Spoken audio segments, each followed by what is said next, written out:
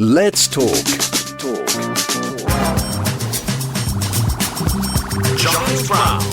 Finding Dad, a son's 50-year search for the truth, has been described as a remarkable book and an absolutely fascinating tale by LBC's Ian Dale, friend of the show. Devoted father, husband and politician, or spy, conman, lion and murderer. Who was Pete Bessell? Was he a patriotic British Liberal Party MP? Offered a cabinet post in Harold Wilson's Labour government? Or was he a shadowy British and American intelligence asset? It is the subject of the book, Finding Dad, and the writer of it is the son of Peter Bessell. I'm delighted to say that Paul Bessell joins me live on the show now. Paul, good morning to you, sir. Good morning, Giles. How are you? I'm very well, thank you. Whereabouts are you, by the way? Where do we find you on God's green earth this Monday morning? You find me between Buckingham and Milton Keynes in a tiny little village. Marvellous. And the sun is shining. It's a bank holiday. And it's very hot, yes, indeed, yes. That's sorry, everybody talk about the weather. Now, I find this really fascinating because you and I are the same generation, the same age. And, our parents were, part of sort of thrusting 60s generation. And people kind of look back now at Harold Wilson and it's all Beatlemania and, jobs for everybody. And they look at sort of, I would call them rose-tinted binoculars in the way they look at it. Everything was wonderful and, the usual thing. It wasn't actually, but that's beside the point. But I've been thinking about my dad as well quite a lot recently. And it's, when you look back at your father, when you reach a certain age that we never thought we'd get to, you kind of understand maybe where your father was coming from. But yours was a much more tricky subject to negotiate. Explain who your father was. All right. Well, a brief background. My father was a member of Parliament, a Liberal member of Parliament from 64 to 70 during the time of the Wilson government. He started as a poor tailor many years before that, but he became good friends with Jeremy Thorpe. And I don't know if you or your listeners will be particularly familiar with the Thorpe trial. Yep. But Dad and Jeremy became best friends, and Dad became best known as how can I put it this way? Some people called him Jeremy's grass. In other words, he became best known as the person who was the chief prosecution witness at Thorpe's trial. But there was more to Dad than that, as it turned out, and he'd been living 3 secret lives, and it became more and more sort of involved, shall we say. In a world now where everything is on social media and people dropping other MPs in at left, right and centre, I mean, Profumo everybody knows about, but that was a different generation. That was Macmillan's. And I remember vividly, although I probably didn't know what, Mummy, what's a homosexual? I was trying to work out what was going on, because I remember, reading the Sunday Times, the big Sunday Times that you get on a Sunday morning, on the shag pile carpet, in our 70s rather lovely house, perusing through the colours. And the Thorpe case was all over it. And even though I didn't know what it was all about, because I would be about 7 or something, but it was you knew that it was something because the adults were talking in hushed tones, and this was a different revelation, wasn't it? Yes. Well, okay, well, a little bit of the background of that, of course. Jeremy was gay at a time when being gay was illegal, not just frowned upon, but illegal in the early 60s. And he had a boyfriend called Norman Scott. Well, let's put it this way. After the affair ended, Jeremy became worried that Thorpe was going to expose this affair, and so decided that Scott needed to be silenced. Yeah. And this is really what the trial was about, and that's why there were hushed tones. I mean, it was really pretty staggering when you think about it. We talk about sort of modern political corruption, but in those days it was on a staggering level, because what we're really talking about is a conspiracy to murder. Yeah. And so yes, hence the hushed tones. Homosexuality in those days was something that was sniggered at by the 70s. Let's put it that way. Yeah, it was 1,000. We all remember the comedy series, etc., and John Inman and Are You Being Served, isn't it? Basically, that was absolutely. Yeah, absolutely. And Thorpe, of course, in the early 70s, without sort of getting too political, in the early 70s, Thorpe became quite a character. And when the Heath and Wilson governments were vying for power, Jeremy was holding, the Liberal Party was holding the balance of power. Yeah. So he was really quite a powerful politician. This is the thing. He wasn't a side player, was he? And he was seen. The Liberals were seen as the, if you like, the third way. Even though he had a fondness for hovercraft, if I remember correctly, Jeremy. He likes to hovercraft. I mean, he was. Look. He was. I will say this. Although my father and him finished up at loggerheads, but despite being the best of friends, he was an incredible character. Thorpe was. Yeah. I mean, he was so colourful. I wish we had a few of those these days, to be honest with you. So, what sort of inspired you then to go looking for Dad? Is it because obviously you know everybody wants to find out a bit about especially as we get older, you know, what makes or made our fathers tick. But obviously, when yours is a political figure as well. I mean, were you kind of aware of what you were digging up or getting into, Paul? Yeah, I mean, Dad, as I mentioned sort of earlier, Dad, as it turned out, was leading 3 secret lives. Well, actually 2 secret lives and 1 real life. And he disappeared in 1974. In January 1974, he disappeared. And he reappeared a couple of years later because hence the whole Thorpe thing came about. But the book has always been in the background forever to find out more about Dad, but, you know, life just carried on, basically. When you say disappeared, people will be going, I'm sorry. I mean, did he do a sort of Reginald Perrin? Did he sort of like, you know, go into the sea? I mean, again, that's 70s. That is, you know, this is the thing. Actually, to all intents and purposes, I was working for him in New York at the time. This was, like I say, January 1974. And he left notes for me and my sister and my mother, and he had gone. We thought we were a wealthy family. I was living in Midtown New York. I had a place in Chelsea, and we had an office on Fifth Avenue and this sort of thing. And we woke up in the morning and literally he had gone. So yes, a Reggie Perrin type of thing. Who was the other MP who disappeared at the time? Yes, I'm trying. You've got me thinking now, and I'm going to try. This will be a middle-aged man multitask because I try and remember that there was one. He was a Labour. He was a Labour minister. Everybody was screaming at the radio now. Yeah, but the thing is, but people don't realise that. I mean, the first Wilson government, 64 to 1970, is kind of a time of prosperity. Everything seems to be going swimmingly. The whole thing. Sorry. One wants to word with Reginald Perrin, but you know what I'm saying here. You know, everything. It's the bright new future. Then we get sort of reality kicks in. 70s, obviously, Ted Heath, the fascinating and colourful character that was Ted Heath, takes over, and then we plunge into the second Labour government, and Wilson isn't the same man. I mean, we know now we can look back and say, well, perhaps this is the dementia or the Alzheimer's that's going to take him at the end. But he's back, and basically, Britain in the 70s kind of goes a bit bonkers, doesn't it? Basically, because it does. Yeah.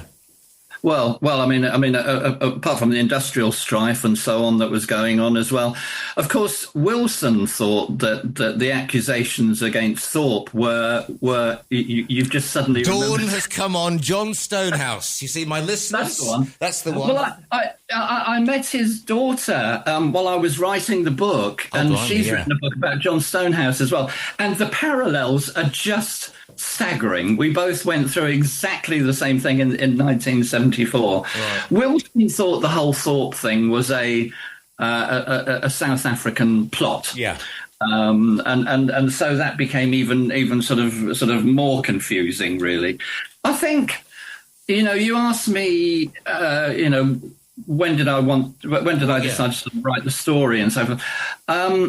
I put it to the back of my mind for years. It's not something that's easy to cope with, everything that happened. Sure. And what you have to remember is that today, somebody who whistleblows, let's put it that way, not a whistleblower, is somebody who is lauded for doing the right thing.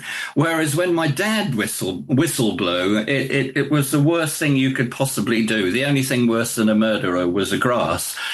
And so I had to live with that for many years. Because it's the old boys network. It's the clubby, especially with Liberals, Conservatives. You know, not so much perhaps the old Labour Party, but this was the thing. It was chaps like us don't do that. Well, exactly that, and so it was an attack on the establishment, and so Dad was absolutely ripped to pieces during the trial. I'll have to say, this was part of the book. Some of it has justification, and Dad himself admitted that. Then, for years, people have been saying to me, "Why don't you write a book about your dad?" and so on and so forth. And I had a life to get on with. But then, I don't know if you remember a Very English Scandal. Yeah.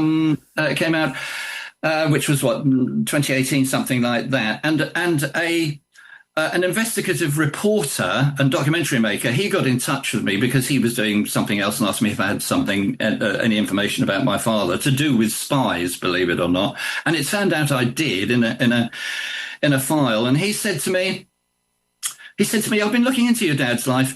You do realise his life is probably more fascinating than the Thorpe affair itself, don't you?" And I said, "Well, yes, I do, actually." He said, "Well, why have you never written a book?"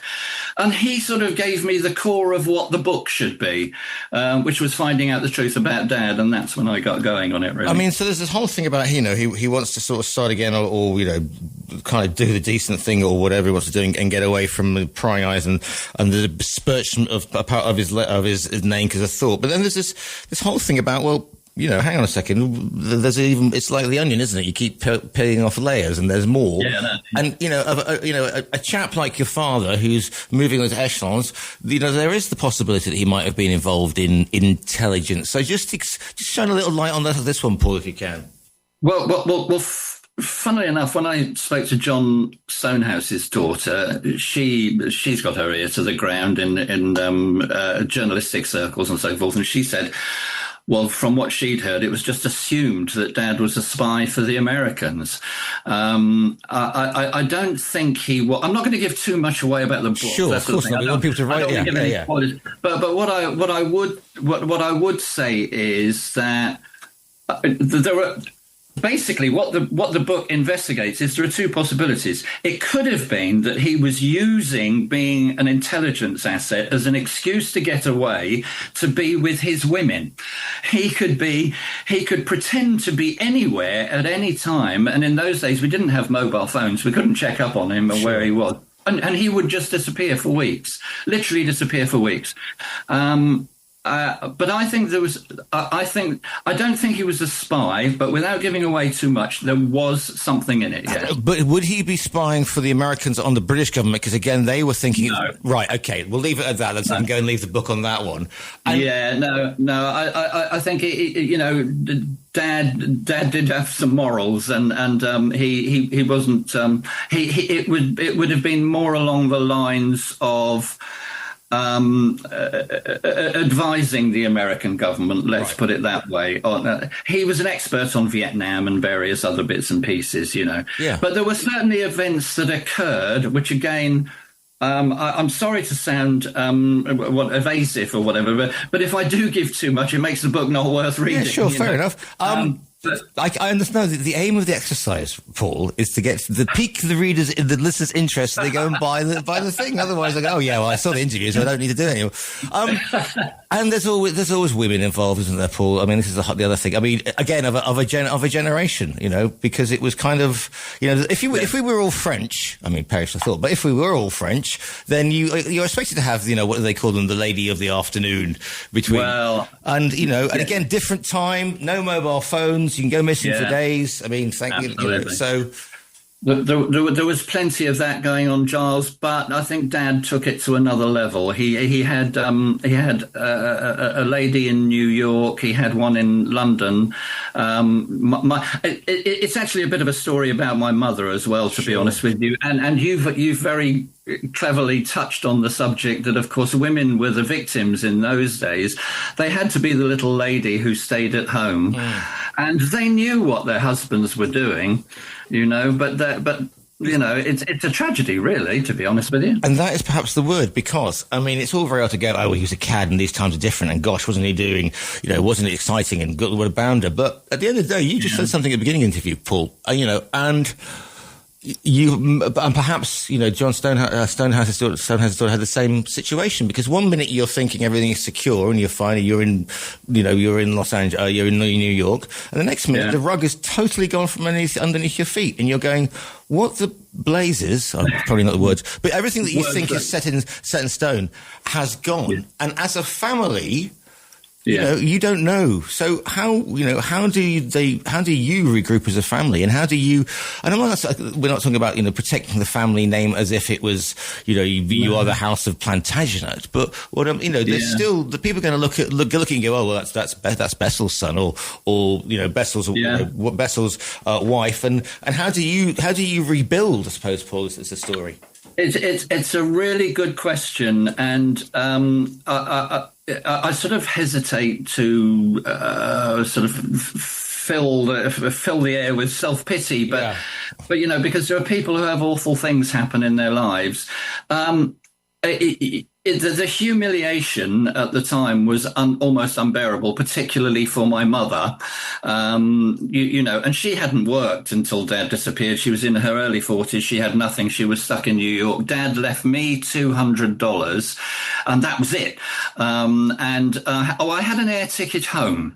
I had an air ticket back to London, and that was then everything I had. I had to sell my car to pay for the electricity bill, and it went from up there to right down as low as you could get. So when you come to write this, I mean, obviously you're a walking, breathing human being, and therefore, you've managed to rebuild. But are you not reopening or revisiting places that you would have hoped that sort of, it's a tricky one to say, oh, and here is my family, because it's a personal story, and people will come more so if your father once was, because they'll come with an idea of what they think it was like because of the thought case. Yeah. I think what you're probably asking me is it emotionally easy or difficult to cope with opening to rewrite that stuff? No, it's not easy at all. And of course I had to get the blessing of my sister to do it, because, she was very much involved as well. I would be a psychiatrist's dream. I could keep him involved for hours. Yachts, he'd be, call it the MC Bessell, So the answer to it is, there are parts of the book I cannot reread without crying. Right. But at the same time, it is quite therapeutic, really. You do sort of get it out of your system, So what are you hoping that people will discover? Because we've whetted their appetites somewhat with this little interview. So what are you hoping that people are going to? Are there truths? Not to go all American you, but is this a story where everybody can sort of relate to it, because we all men have things with their fathers? Yeah, I really think so. It isn't a preachy book. It's not trying to teach you a lesson. But what I would say to everybody, and I think most of us of our generation have been through this, for goodness sake, while your parents are alive, talk to them. Don't wait until they're gone to try and find out the truth about them, or did they think this or that, and all that. Sit them down and talk to them, because You see, my father will be listening to this show, in his place, which is about a mile down the road from the studio. He'll be going, see, I told you, you never spend time with me. You see, Paul said that. Thanks, Paul. You've got no excuses now at all. And I know there will be some people nodding as well, whose parents will have passed away, and they will all be thinking, I think we all do it to some extent. Why didn't I ask them while they were alive? Sit them down, half an hour, talk through their life, record it, and then Bob's your uncle. But other than that, I've got to say, when I wrote the book, I thought I'll just be happy if it's a good read for people. That's it's really as simple as that. Well, it seems to be, because Ian Dale, again, a friend of the show, thinks it's it's quote unquote an absolutely fascinating tale. So that must be most pleasing. No, we did. We had a good chat actually with Ian. The book is called Finding Dad. It's by Paul Bessell. Listeners, if you go into our own virtual bookstore, you'll see a picture of, and that's a hell of a trench. That's a hell of a Mac, isn't it? The very 60s. That's spy outfit, isn't it? What's in the briefcase? Yeah. So you'll see a picture of Peter Bessell on the front cover. Click on that, and a well-known South American river distribution firm will be winging its way to you. Peter, Paul, if people want to find you, can people find you online? Is there a website? Is there social media? Do you TikTok? I haven't got a website, but if I must admit, there is some social media. I can't believe my daughter has got me on TikTok. Oh, no. And congratulations for doing that. But I only started it a few weeks ago. But it's amazing what's happened on there as Brit Bloke Paul. Fair enough. That sounds good. Listen, there's a whole, but it is a fascinating tale, and you speak really well, Paul. So I think this could be the fifth or sixth career you could get going. Well, thank you very much indeed. I try at my ripe old age. You know what it's like. The brain struggles to keep up with it sometimes. And let's not even talk about the knees. Right then, the book is called Finding Dad. It's by the rather brilliant Paul Bessell. Paul, it's been an absolute pleasure to speak to you today. Thank you. And for me, thank you, Giles.